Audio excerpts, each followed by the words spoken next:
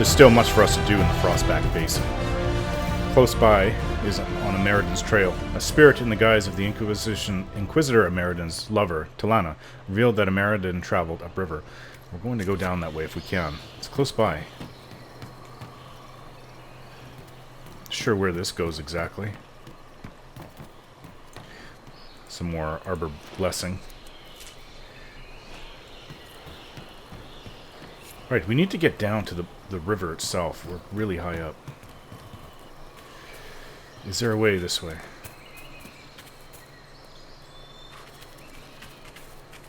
Hopefully. It's also the other Fade Touch creature down this way. Whoa. That's the largest spider I've ever seen. It's Fade Touch spider. I think it has little friends too. Oh, giant spider. Okay. Let's deal with it.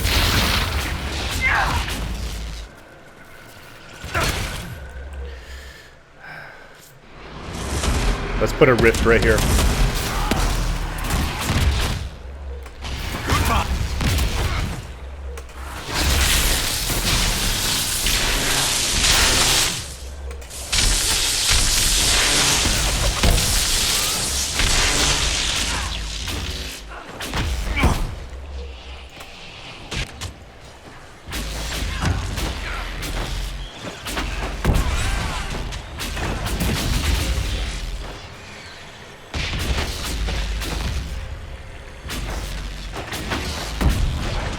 More spiders are coming.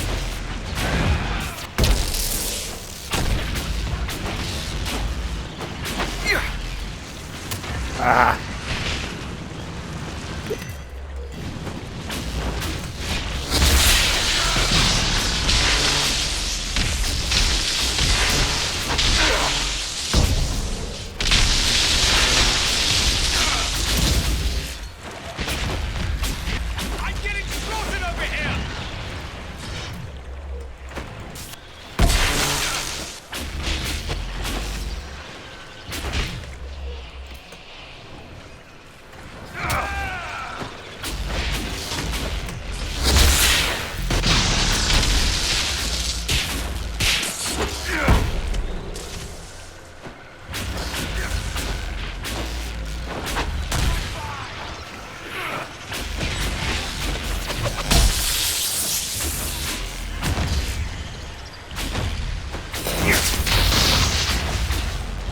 Where'd that spider go?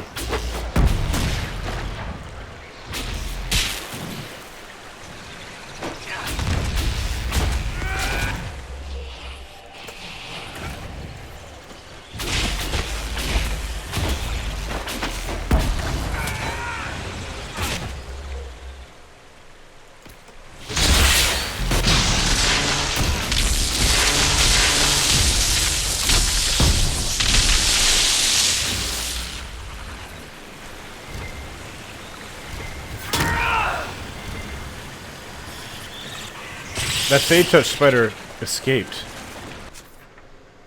I thought I saw it go this way.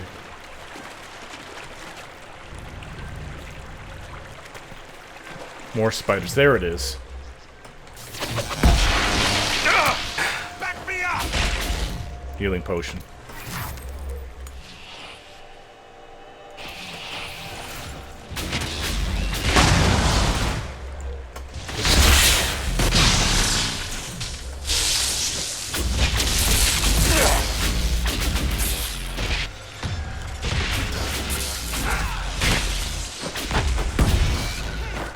Still taking off.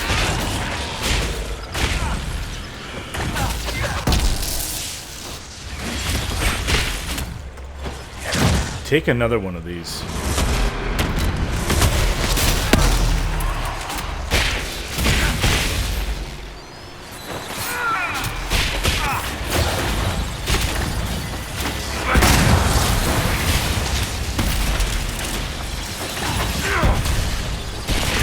What a monster. Should be enough for the offering.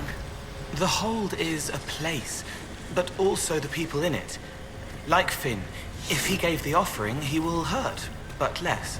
Kind though that may be, it bends the laws of their tradition. It's something to consider.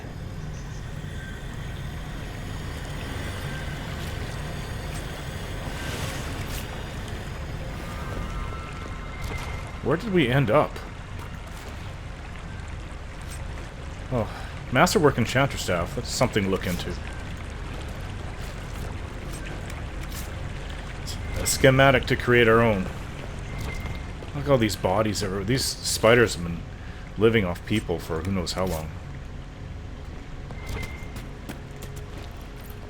Surprised the Jaws of Hakkon hasn't done anything. This is their area, after all.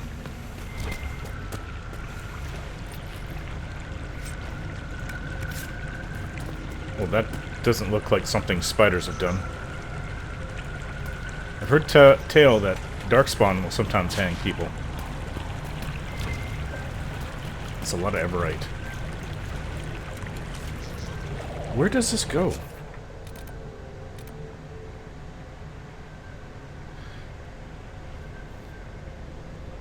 Where?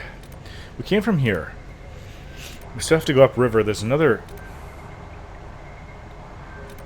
okay. Well, there's a tunnel up ahead. We'll keep following this river. See no sign of anything to do with the Meriden.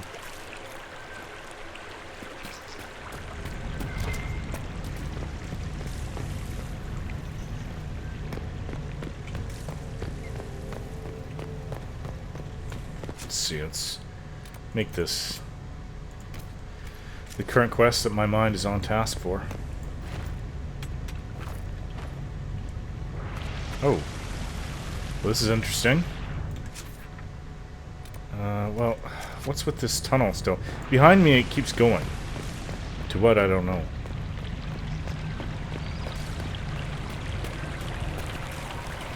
Oh, it's just down there. Another spider.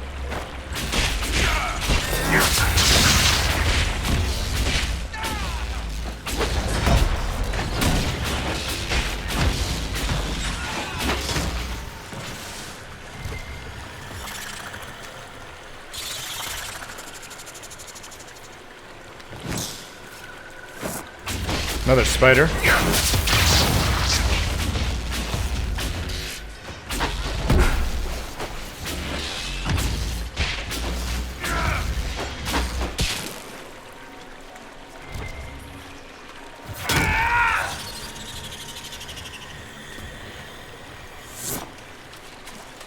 You hear another one in the distance.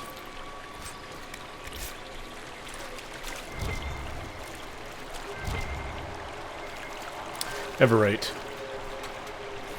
We're close to setting up another camp. I think it may be the last one in the Frostback Basin. The scouts have recommended.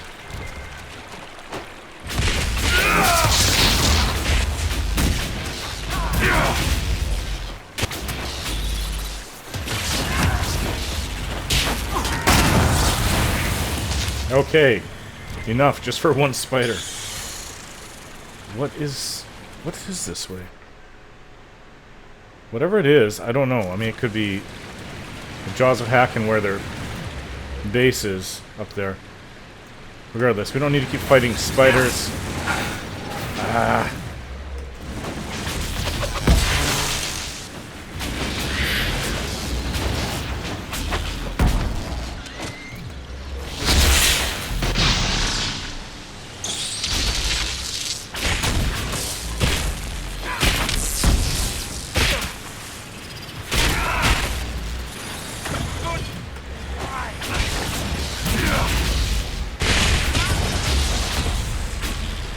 Silverite.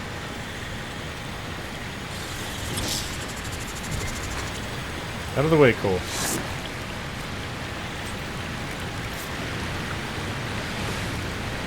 Since coming out here, I'm noticing my staff isn't doing as the damage that it used to. What's going on? Spider's fighting a Tuska. We don't need to get involved with everything. Let's set up camp. Let's let the Inquisition guards deal with it, the soldiers.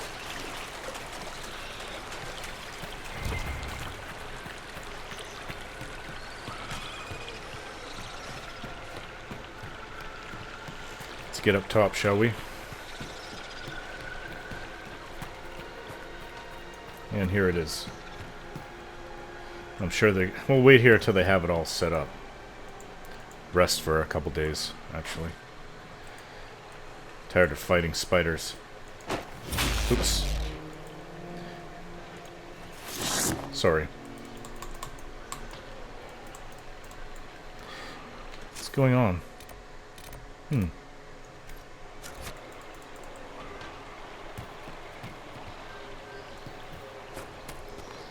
I think some of the spiders are still after us down below. We're disengaged, but they're still after us. Oh, fruit. There. Bogfish are kind of ugly beasts. Let's head back and then set up the camp.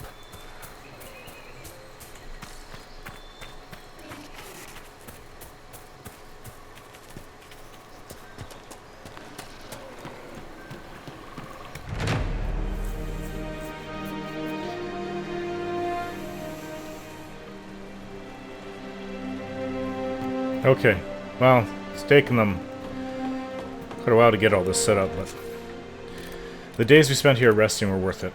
Now, let's go to find a Meriden. The supplies are replenished. Not 100%.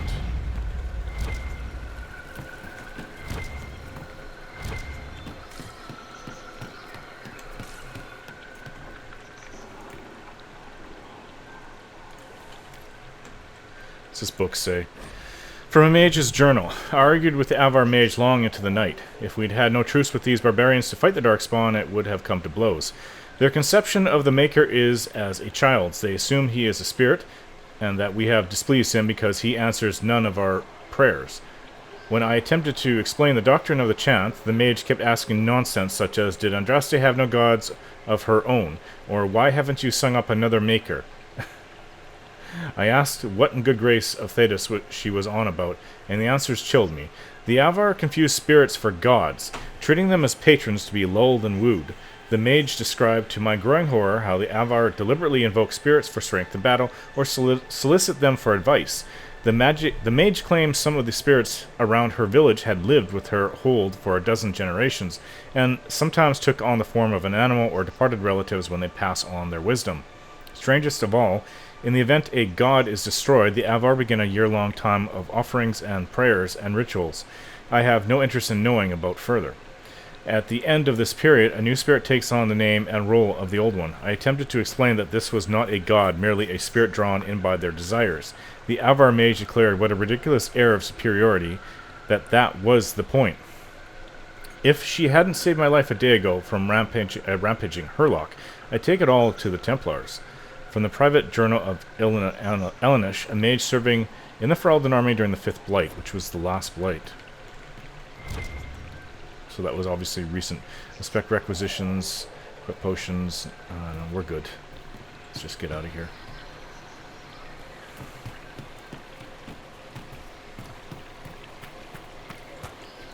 Alright, we're in an area far to the north. There's Jaws of Hakkon all over here. But we're going to try to go over here on a Meriden's Trail. Now, to get there, I'm not sure if we need to go down. I have a feeling we do. Let's see what we can find from up here, though. But we're on the other side. Well, there must be a way down from up top. Let's go find one of the means to get down.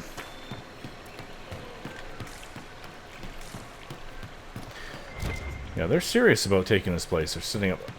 I don't really see too many soldiers here. We're probably stretched a bit thin, but... need to find a way down. What's this say? A good marriage. In a hold past our own, a man named Vermic Torsen was wed to a woman named Cedra Yilsdotten. They were young and in love, and made large offerings to the gods, asking for happiness. The night before their wedding, Cedra had a dream. The Lady of the Skies came to her and told her to tie her rope knot so tightly that she and Torsen would only wed a year. She awoke troubled, but did as the lady asked. Vermic untied only one knot, and they married a year. The year was hard. Their bows missed game, and the winter wind howled through their huts. Vermic and Cedra grew thinner When the marriage was up, they made large offerings to the gods, this time asking for mercy. The night before the wedding, the Lady of the Skies came to Vermic in a dream and told him to untie a single knot, so he and Cedra would only wed a year. Vermic awoke sorrowing, but did as the lady asked. He and Cedra married again for a year. The year was long, the weather was foul, and the crops were poor. Vermic and Cedra grew thinner still. When their marriage time was up, Cedra and Vermic both had a dream from the Lady of the Skies. You asked for happiness, she said, but I cannot give that to you. You asked for mercy, but the land will not show it. Think carefully what you ask tomorrow. Cedra and Vermic spoke long into the night, and in the morning made an offering to the gods. They asked for strength to hunt and harvest when life was good, and patience when life was not. The year was good in some places and hard in others, but they grew to know themselves and what they could bear. They became happy not from the gifts of the gods, but from their own deeds, and lived the rest of their lives as one. From Stories of the Wild South, a collection of tales of the barbarian nations of Ferelden by Lady Susanna Ashwell of Ansburg. There are notes at the bottom margins of this page in different handwriting. How does a rope tell you how long you marry? An Avar groom unties knots on a rope that the bride ties for him. He's got until the end of the wedding chant. Number of knots he unties is the number of years they're married. That still doesn't make any sense. Sounds like a good deal to me. See if you like living with your handsome new husband or wife once the bloom's worn off. Maybe you only untie one knot, or tie them tight, like in the story, if you're not sure. I think it's daft. I think you two nitwits should stop scribbling in the book I've got to return to the library. Obviously, it's from the University of Orlais.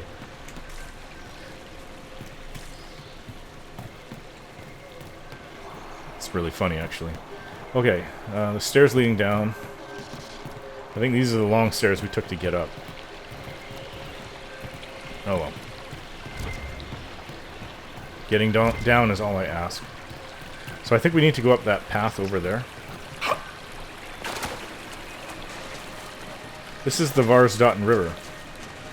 Okay. We need to get up here.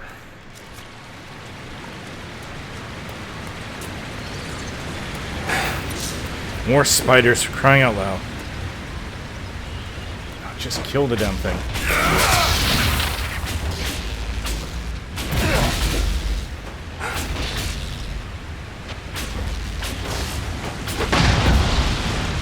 Okay, let's go.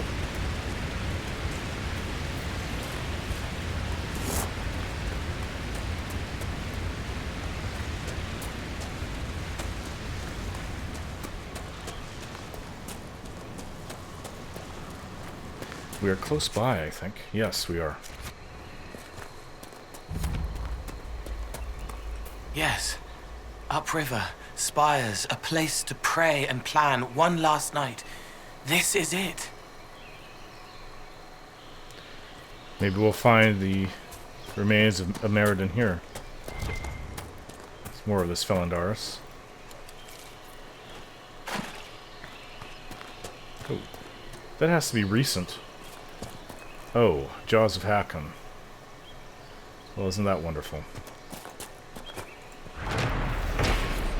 Claim this for the Inquisition. Razikale's reach. The fog came on swiftly, cloaking the world in shadow and turning the stones beneath our feet into a treacherous slick.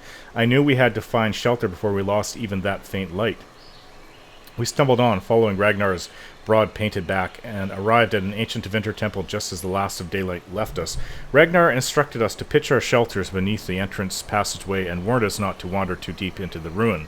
His voice was an uneasy whisper, and I knew at once that he was afraid. Wary of alarming the rest of the expedition, I took Ragnar aside and spoke to him. Some of the Avar, he said, believed the temple to be the haunt of old, vengeful spirits. The Tevinter had come here long ago and built their great temples, and then one day, without warning, they had abandoned them all. Ragnar was convinced that they had done something terrible here, though he could not tell me what that was.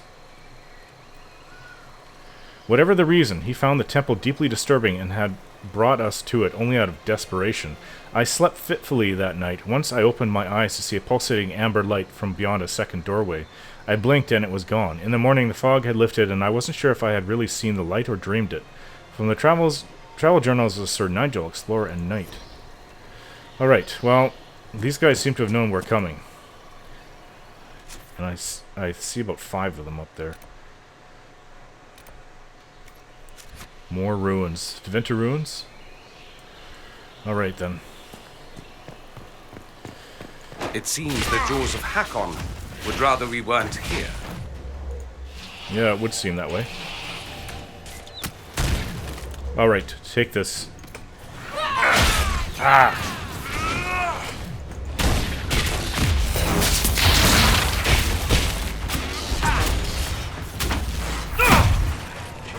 Ouch. Okay, that one's down. Fight our way up. Better take a potion. Take this.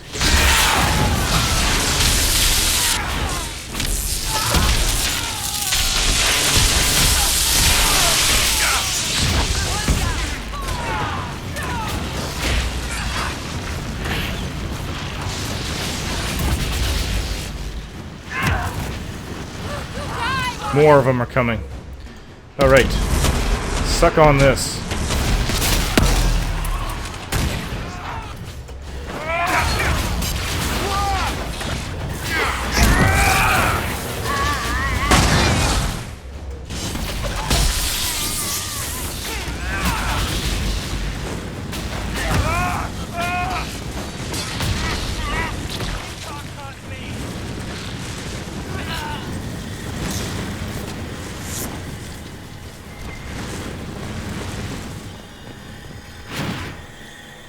But you have the basin heard that battle.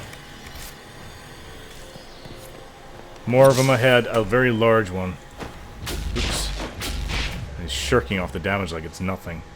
Well, this is going to be a good fight.